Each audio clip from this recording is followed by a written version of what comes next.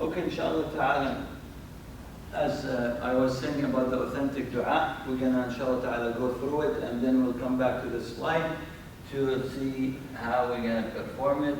So as it is said here, we have said that this, when you recite this, you can always look up this ayah and its tafsir. It's in Surah Al-Baqarah, ayah 158.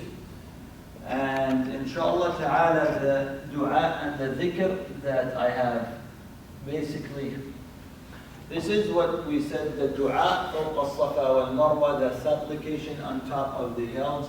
This is when we said when you are going up to the Safa Mount, basically, and you face the Kaaba, and you say this authentic dua. Allahu Akbar, Allahu Akbar, Allahu Akbar. لا إله إلا الله وحده لا شريك له له الملك وله الحمد يحيي ويميت وهو على كل شيء قدير لا إله إلا الله وحده لا شريك له أنجز وعده ونصر عبده وهزم الأحزاب وحده. So you say this authentic hadith. It is recommended for you to say it 3 times and follow it with any dua that comes to your mind, inshallah ta'ala.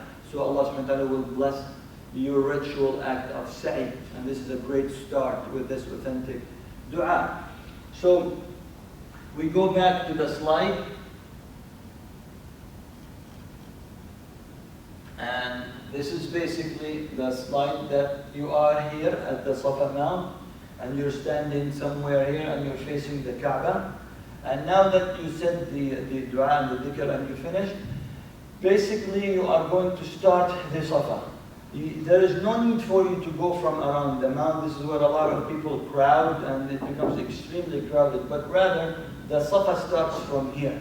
So you can always cut through and start your Safa. And this is your first round. This is your first round. So this is number 1. And when you get to what we call, this is the green column or green light, this is again where for the men, exclusively for the brothers, they start jogging and running until they get to the next column or the next light, green light. This is where they stop. This is where they stop and they start walking normally. It is reported that you can say dhikr from the Sahaba companions.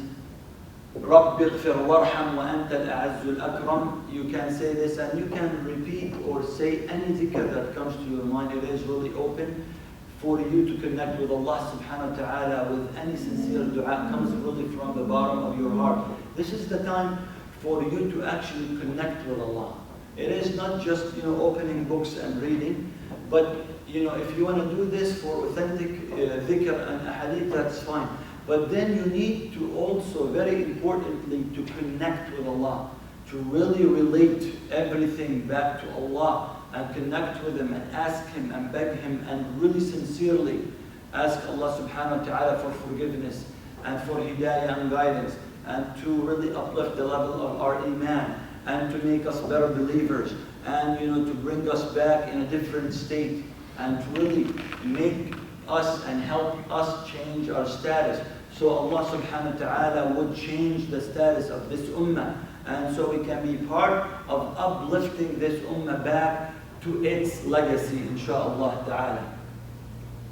So you start this, and then this is considered to be first round or sa'i, basically first path of sa'i. And then this is where you get to the Marwa Mount. And then this is when you do the circle and you basically now stand here. Now when you stand here, you won't be able, because of the structure, you won't be able to see the Kaaba. However, you know that when you do this circle and you're here, you are basically naturally facing the Kaaba.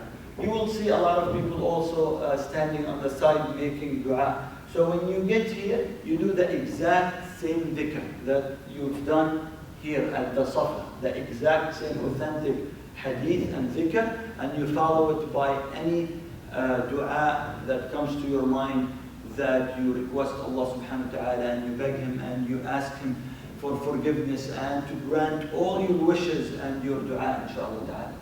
Then you proceed. And when you proceed, that's considered for you number 2 of sa'i, or path of sa'i. So this is number 2.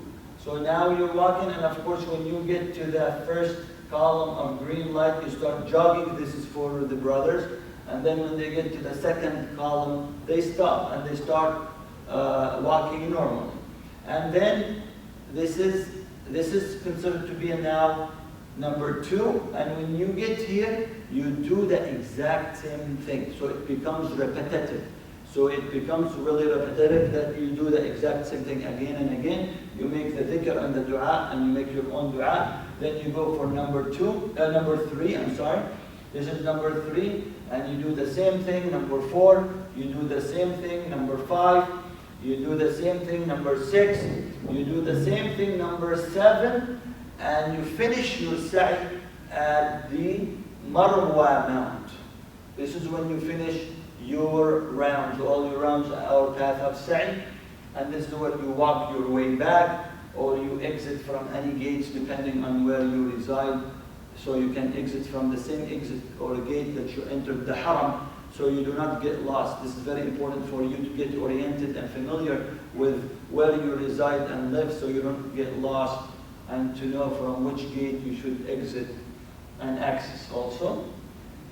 So just to make sure that we have covered everything here, we said this is the dua.